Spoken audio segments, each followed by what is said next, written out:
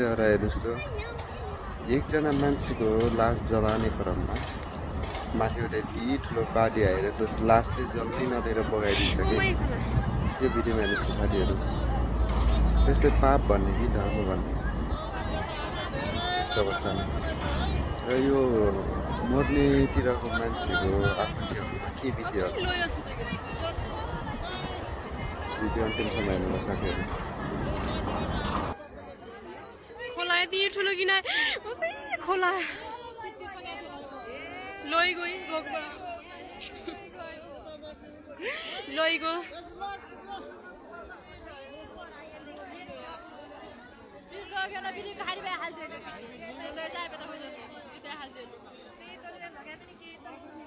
साँच्चीकै आएको रहेछ यो त खोला